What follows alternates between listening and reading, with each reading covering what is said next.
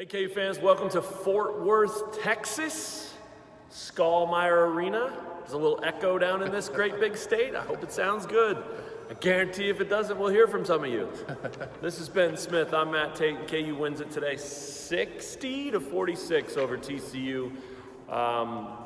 Really one of those games that KU's defense dominated. I thought not just start to finish, but stretches that allowed them to get some separation and gain control. Yeah, I mean, it was not like a pretty college basketball game, but I feel like we've now grown accustomed to that. Like, we've seen enough of these Big 12 games that we know not to expect anything close to 70 points, right? 70 points would be like, let's celebrate. Like the Fire Festival. Yeah, exactly. Exactly like the Fire Festival. A lot of issues. Right. But no, I mean, this was an awesome defensive performance by KU.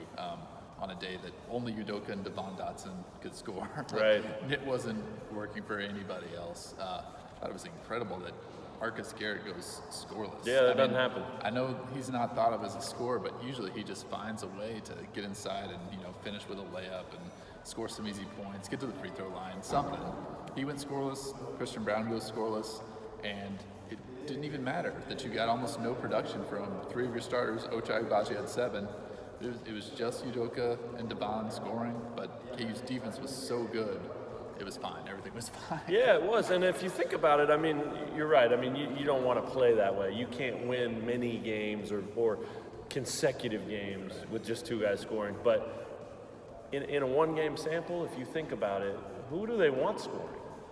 Udoka and Devon Dotson, right? And so if those other guys know their role and can kind of fall in line behind that, and that's what David McCormick talked about after the game, just playing behind those guys. They're the lead runners, man. Follow them to the finish line and see what happens. And this team slowly but surely, I think, is starting to do that. Ochai Agbaji said it after the game. The way they look at it is just go find a way to win. Yeah. It doesn't have to be special. It doesn't have to be pretty. Of course, they want it to be both of those things. But really all that matters is that they find a way. And when I asked him, what does that mean? What does find a way mean? He said, anyway. Right. It doesn't matter. It doesn't have to be pretty. It doesn't have to be anything. It can't be predetermined. You just have to stick your nose in the game, see how it's playing out, feel it a little bit, and then adjust accordingly and find a way. So they did that here. They've done that on the road a lot. They've obviously won all 5 of their Big 12 road games so far. They've got a tough one coming up Wednesday night that really, in a lot of ways, is a must-win game. Because Baylor's never going to lose again. Baylor may never lose again, right. And if they don't, you can't slip up and go down to Waco 2 games back. So Wednesday night at West Virginia is huge. Any other thoughts about today's game? I mean, I think we probably can talk a minute about Bill Self and 700 wins. Yeah. The most predictable thing on the planet is him downplaying it after the game. Everyone knew that was coming. His players didn't downplay it. I talked to Curtis Townsend. He didn't downplay it. I'll have more on that Sunday and Monday. There's just a real sense among those people of just what a big accomplishment this is. 700 wins, the 32nd coach to do that in men's basketball history, college anyway. The 8th active coach to have that 700 win club. I mean, just remarkable numbers. He's winning at, over his career, 26, 27 wins a season. He has 493 wins at Kansas now, so he's closing in on that 500 mark. Yeah. At KU, which will also be celebrated might and get another should basketball be. Presented he might to him get another basketball. So anyway, I mean, to walk out of there and not say it's a huge deal is just flat out wrong. Yeah, I mean, as you mentioned, it's kind of predictable. Like, he doesn't care that much about this, kind of arbitrary number. Right. He cares about, winning league titles. Winning today. Yeah, winning today, but I mean, like, the bigger things, winning a national championship, going to the Final Four, winning the Big 12 tournament, winning Big 12 regular season titles. Those are the things that matter to him. I mean, those numbers are going to pile up if you're having that success over this long span of time. And I mean, all of his accomplishments have led to this, but he'll move on quickly. Yeah, right. Well, and that's it. There's more to come. I thought Devon Dotson said it great in the post game. He said, he's not content. Right. Bill Self is not content. He wants to keep going, wants to keep adding wins to it. And And he will. That's as simple as that. A couple of cool moments. Benton mentioned the basketball. Jeff Long in the locker room presented him with a ball that said Bill Self's 700th win. A little moment there.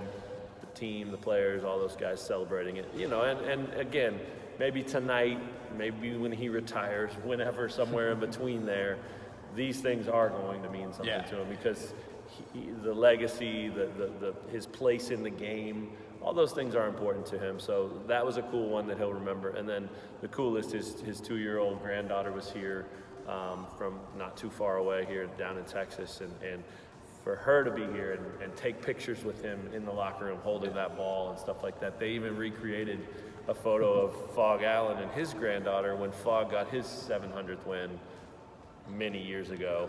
And Self's granddaughter standing where the young Allen granddaughter was standing in the same photo with 700. If you haven't seen it, go check it out on their Twitter account. But, stuff like that is great that they do. It may not matter to him a whole lot today. I think it did. The win I think did. he liked having his granddaughter. Oh, yeah, there's no doubt. I think that was maybe the one thing he was kind of like satisfied with about this whole. I mean, he'd rather not talk about it, but I think that he brought it up and he thought it was a cool moment. That's a good point. Yeah. So those things he'll have forever. The ball he'll have forever. But the win totals will keep climbing. There's no doubt about it. And 746 is Fogg's total, but Bill Self has done that almost in about half the time. Fogg coached 50 seasons. This is Self's 27th, and he's already at 700. Just remarkable. The second fastest in NCAA men's basketball history to get there. Bobby Knight was about 9 months younger when he got his 700. So it's significant, for sure. And there's some big names in that 700 win club. Bill Self's one of them now. He'll take this team to Morgantown, West Virginia, to try to make it 701. Big one. Are you going? I mean, I might make a basketball and then write 701. That'd be special. Just so Get he a can little video of that. if he's able to win. Yeah, that'd be fun. All right, well, we're heading there. Say a prayer for us on the weather. We're tired of the bad weather trips to West Virginia. So we'll see you out there. Thanks for checking out today's KU Sports Extra here from Fort Worth. It's sunny out there. We're going to go eat something to eat. KU wins at 60-46 and moves to 20-3 on the season. Oh, by the way, 31 years in a row of 20 wins or more. That's, you guessed it, an NCAA record and another streak they can be awfully proud of. So it just keeps coming, man. It just keeps coming. We'll talk to you guys next time. For Benton Smith, I'm Matt Tate.